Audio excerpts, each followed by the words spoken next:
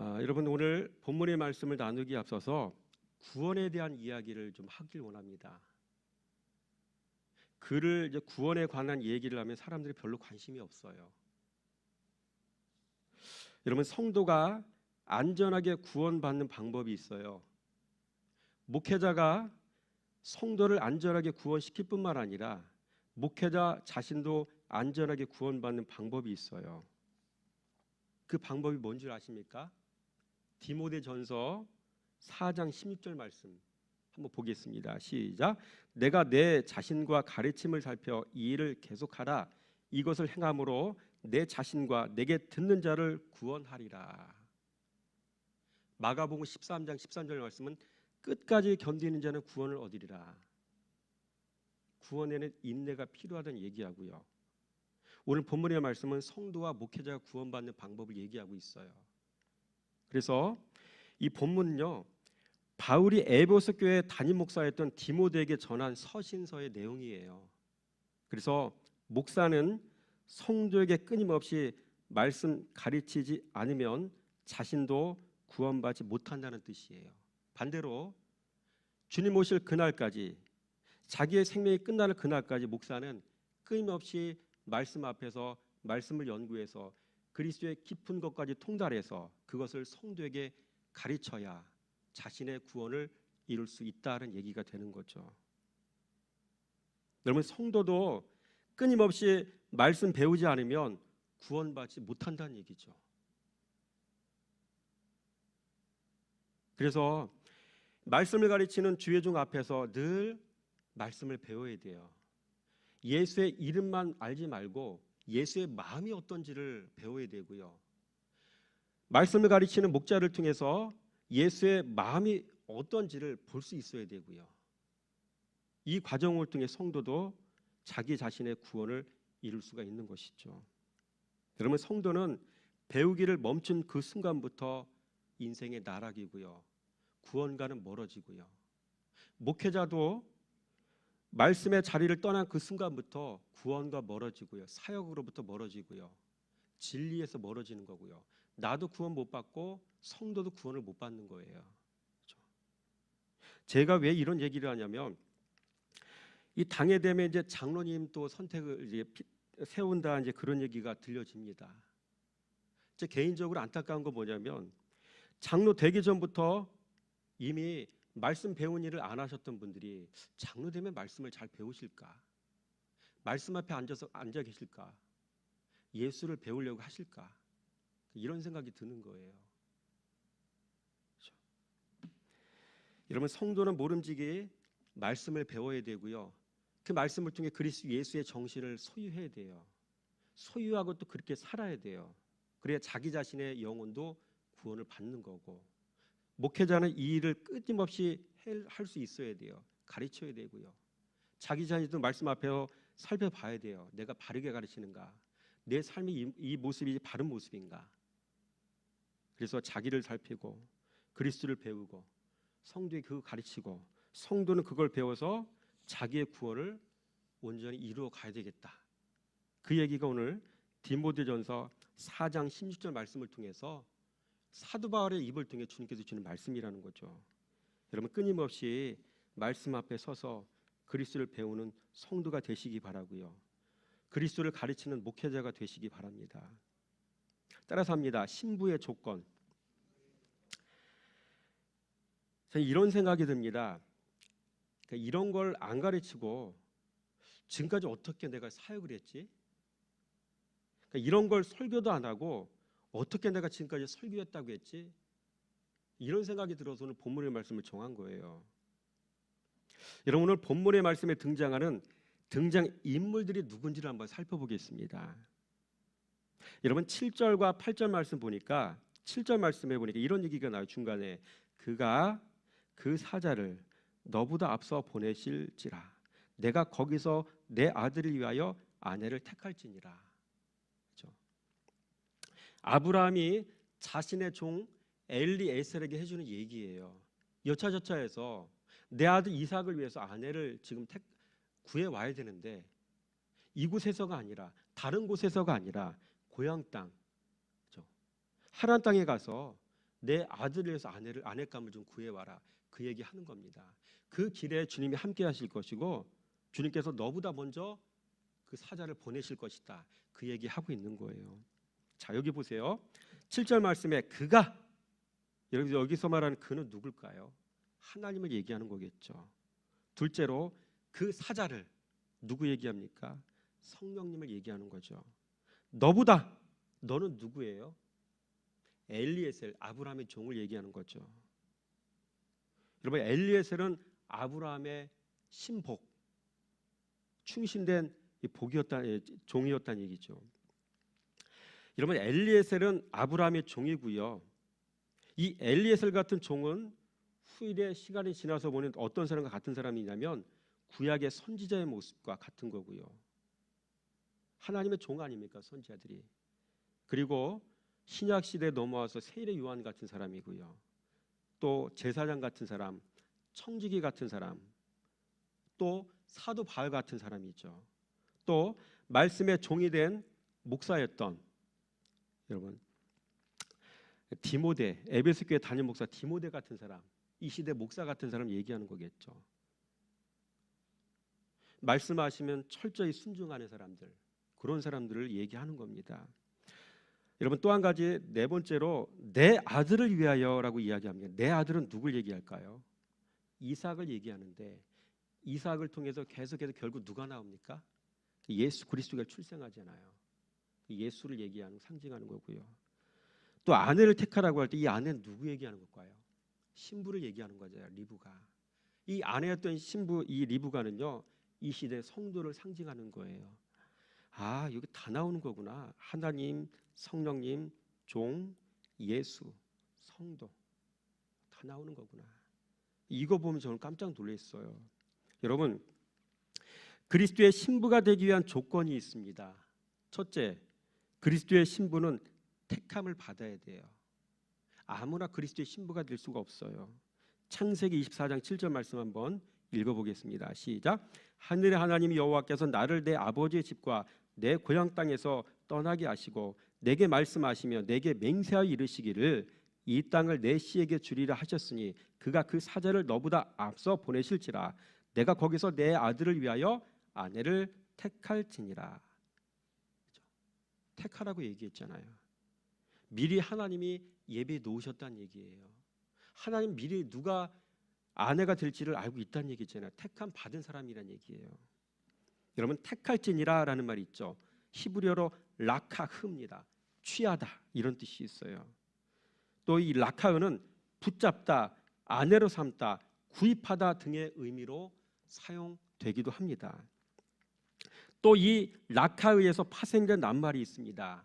뭐냐면 레카흐입니다. 여러분, 이 레카흐는 가르침, 교훈, 학식, 이런 뜻이 있더라고요. 깜짝 놀랐습니다. 여러분, 그리스도의 신부는 끊임없이 가르침을 받아야 한다는 뜻입니다.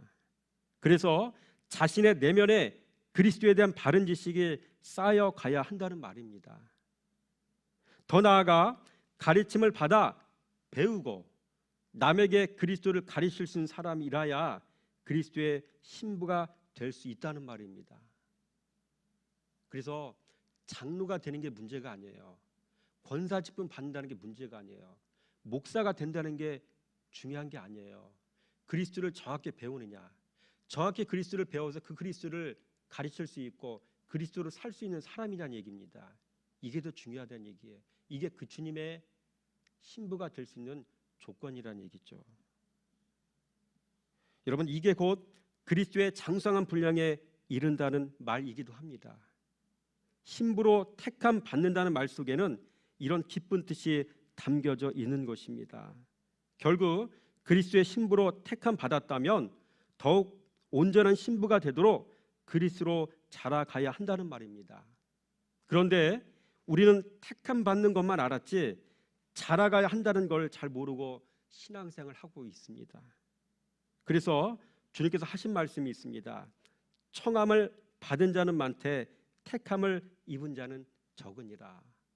마태복음 22장 14절 말씀 아닙니까? 둘째, 그리스도의 신부는 말씀 순종이 기본이어야 됩니다. 무슨 순종? 말씀 순종.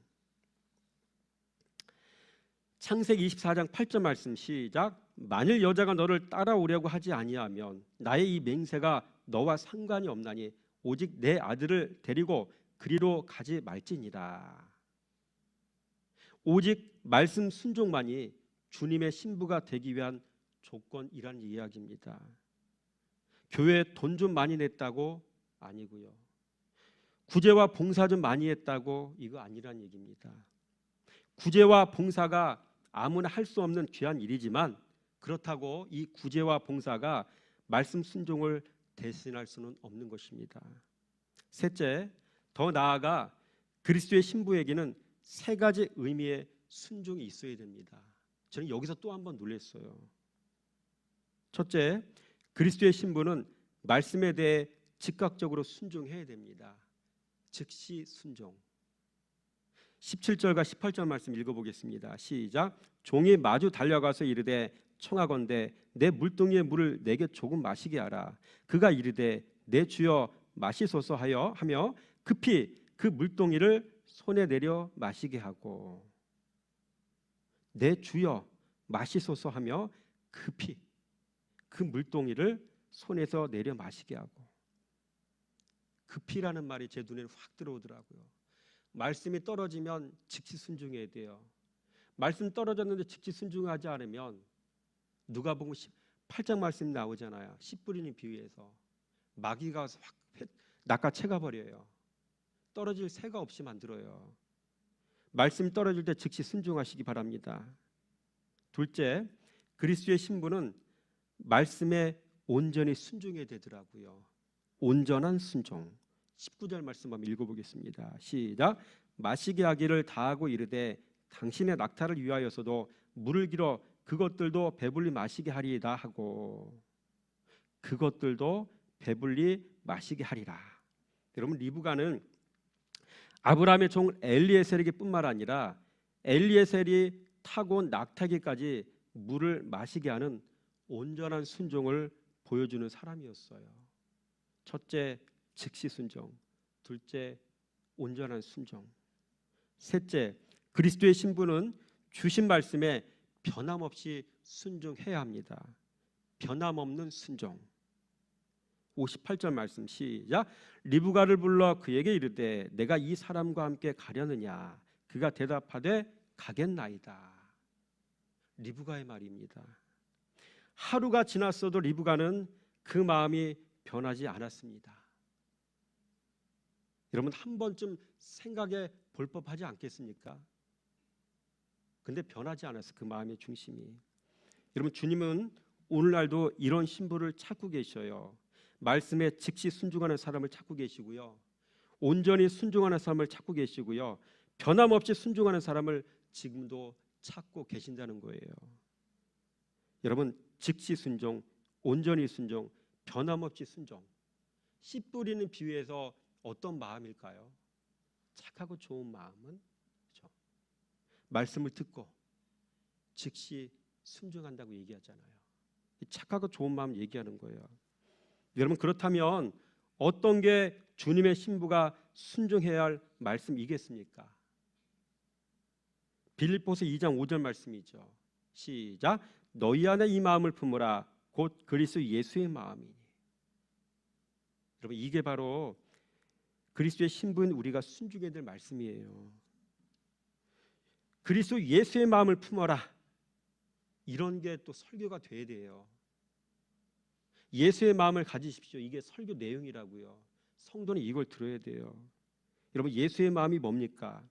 온유하라, 겸손하라, 낮아져라, 희생하라, 어린아이가 되라, 섬기는 자가 되라, 사랑하라,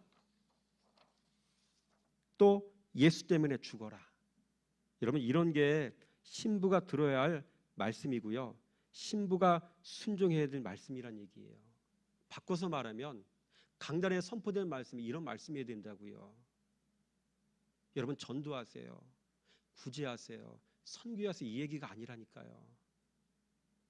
내면 자체가 그리스도 예수의 마음이 없는데 백날 전도해봐야 전도해서 들어온 성도가 나를 통해서 예수를 배울 수 있을까요? 예수를 알지 못하는 예수 마음이 없는 성도들을 통해서 그 안에서 신앙생활하면 예수를 배울 수 있어요? 예수의 마음을 배울 수 있느냐는 얘기입니다. 가장 먼저가 뭐예요? 예수의 마음을 품는 거예요. 넷째로 그리스도의 신부는 외인에 대하여서도 범사에 긍휼할 줄 아는 그리스도의 마음을 가진 사람이어야 됩니다. 우리 안에서만 잘하면 되는 게 아니더라고요.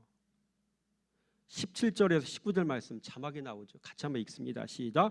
종이 마주 달려가서 이르되 청하건대 내 물동이의 물을 내게 조금 마시게 하라. 그가 이르되 내 주여 마시소서 하며 급히 그 물동이를 손에 내려 마시게 하고 마시게 하기를 다하고 이르되 당신의 낙타를 위하여서도 물을 길어 그것들도 배불리 마시게 하리이다 하고 18절 말씀에 내 주여 마시소서 하며 급히 그 물동이를 손에 내려 마시게 하고 19절 당신의 낙타를 위하여서도 물을 길어 그것들도 배불리 마시게 하리이다. 여러분, 이 긍휼은 그리스도 예수의 마음을 가졌기 때문에 나오는 자연스러운 정서 아니겠습니까? 여러분, 사람은 그리스도 예수의 마음을 가졌는데 악할 수가 없어요. 그리스도 예수의 마음을 가졌는데 성품이 사나울 수가 없어요.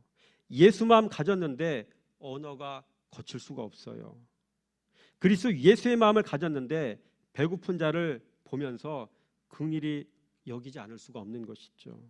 그러나 아이러니한 건 우리 주변에는 입술로는 기도하는데 입술에는 예수가 있는데 꼭 동네 아줌마나 아저씨처럼 억세고 자기 주장이 강하고 무뚝뚝하고 전혀 예수 냄새가 안 나고 마음에 시기심이 가득하고 언어가 거칠고 성품이 사납고 그러면서도 성경 지식은 너무나도 짧고 여러분 이런 사람이 너무나 많지 않습니까? 여러분 마지막 때 하나님은 어떤 과정을 통해서라도 이런 사람들을 솎아내십니다. 가라지를 골라내십니다. 둘 중에 하나입니다. 내가 변하든지 내가 버림당하든지 둘 중에 하나라는 겁니다. 여러분 오늘 본문에 나오는 리브가를 통해 우리는 주님이 어떤 신부를 찾고 계신지를 분명히 볼 수가 있었습니다. 우리 주님은 마지막 때 그리스도 예수의 마음을 가진 성도를 애타게 찾고 계십니다. 말씀 순종하는 신부를 찾고 계십니다. 말씀에 즉시 순종하고 말씀에 온전히 순종하고 말씀에 변함없이 순종하는 사람을 애타게 찾고 계십니다. 왜? 이런 사람이 신부로 택함 받기에 합당하기 때문입니다. 바라기 원하는 것은 내가 사역자라고 내가 어떤 직분자라고 이게 중요한 게 아니에요. 말씀 앞에서는 그 모든 건 다 의미가 없어요. 내 마음과 그리스도의 말씀과 1대1로 독대하는 겁니다. 말씀의 거울에 비춰서 내가 그리스도의 신부를 택함 받기에 합당한 모습을 마음에 갖추고 있는가? 예수의 마음을 내가 가지고 있는가? 예수로 살아가고 있는가? 예수로 반응하고 있는가?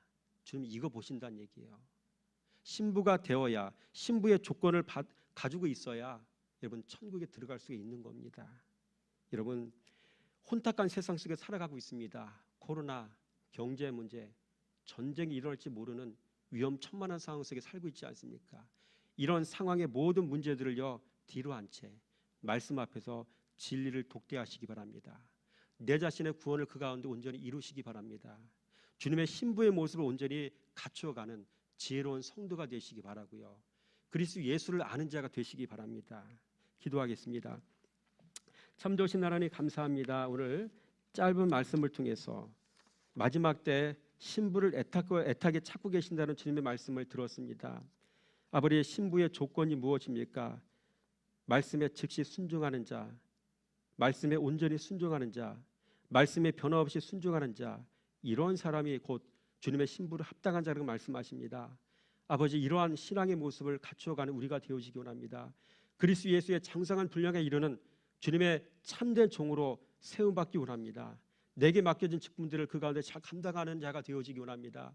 아버지 디모데와 같이 목사로 부름받았으면 아버지 신실하게 주의 말씀에 순종하여서 말씀을 가르치는 자, 나도 구원받고 너도 구원시킬 수 있는 그러한 아버지 참된 지도자의 모습을 갖춰가기 원합니다. 아버지 혹여나 말씀 듣는 성도들, 아버지 정말 리브가 같이 마지막 때에 말씀에 온전히 반응하는 성도가 되어서 자기 자신의 구원도 이루어내기 원합니다. 세상을 향해서 아버지 전도지가 되는 아버지 삶들을 아버지 살아갈 수 있도록 역사를 주시기 원합니다. 감사드립니다. 예수 그리스도 이름으로 감사하며 축복하며 기도드렸습니다. 아멘.